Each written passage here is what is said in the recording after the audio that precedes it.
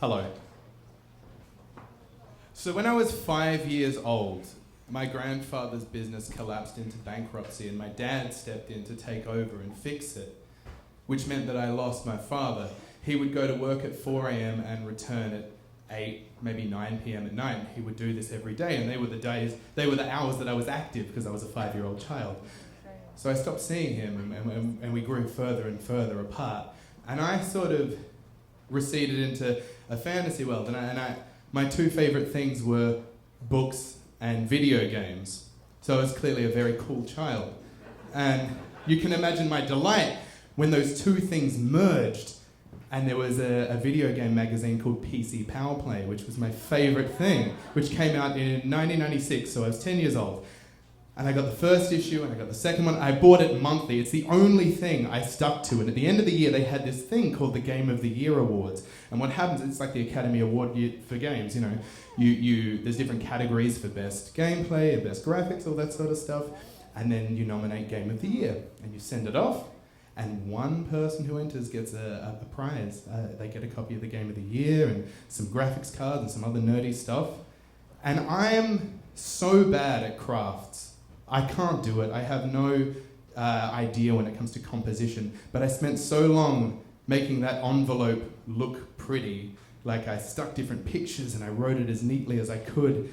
And I just gave it a little kiss and I sent it off and waited and waited and waited and waited. That was December of 1996. January of 1997, Mum hands me the phone. She's like, "You've got a call." Now already there's an issue because I'm 10, like who's calling? It's a gentleman with a very odd Scottish accent. One would go as far as to say suspicious Scottish accent. "Hello, is that Nathan Troisi?" "Yeah." Did you read PC Power Play, Nathan?" "Yeah, I do." "Yeah. Did you enter that competition with us?" Like, still quite vague, but you know, all right.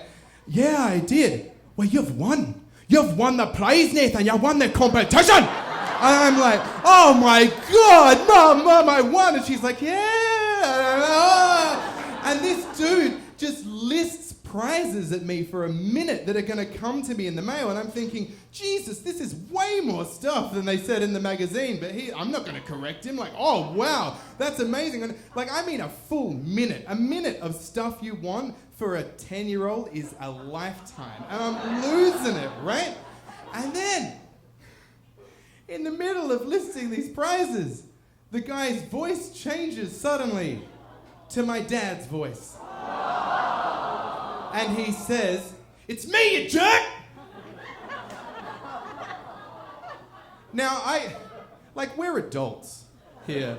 If I tell you something good is gonna happen, you're like, at best 70% of your whole body is going to believe me. That other 30% is going to be like, "Nah, I doubt it." I was 10. Like, I can't remember the last time I completely believed something and then had it smashed into the ground. But that is exactly what happened. I just dropped the phone, and it was like 1996, so it was one of those little rotisserie dealies. So it hung on the little curly thing. And I could just hear Dad on the other end go like, "No, it's me. And I looked up at Mum, and she's like, and I just said, "You handed me the phone." I'm in a house of betrayal. I ran to my room crying. Mum got on the phone. I heard Mum in the phone, "You bastard, David, I can't believe," I can't believe how quickly she turned. Like, what a turncoat. Dad maintains it was hilarious. Like, will not... He's like, "No, it was funny." Mum had to come and sit next to me on my bed and say, "Your dad did it because he thought it would be funny." And he still does. But it became very apparent that one thing became very apparent. Dad had fucked up. Like, I was not going to stop crying. I was so mad and hurt. So he, in an unprecedented show of parenthood, he showed up in his truck from work and picked me up. I sat in his little truck with my tears and my feet that didn't touch the ground in the cab. And Dad doesn't know how to deal with it because I'm crying. Like, it's emotion, and it's not his strong point, and you can tell. And I'm crying, and he's just driving and like looking at this weird problem next to him. And he just said like, what if I get you the internet? Because it's 1996. So we go to the shop, because that's what you do in 96. You go to the shop and you buy the internet. So we had the internet from 1996. But, little interesting thing, years later, 15 years later, when I was 25, I developed a talent for doing voices and impressions, like who knows where from. And one thing I could do was impersonate my grandfather really, really well. He's like this old Italian guy and he only speaks through his nose. And he says like, why don't you come and visit me? Like that's how he... Isn't it bad that the only thing I can say is, why don't you come visit me? Anyway, someone's like, you should call your dad, call your dad. So I call Dad and I pretend to be Nono. And I told him like, I'm stranded in the middle of Port Adelaide, which is where, like, the car's out of petrol, you gotta come get me. And it's windy.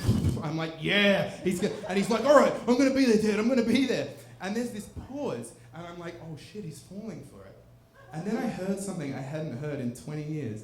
I heard my dad just laughing, like laughing and laughing and laughing, and like with more pride than I've ever heard in his voice. He just said, you're a dickhead, Nat. And hung up. Thank you.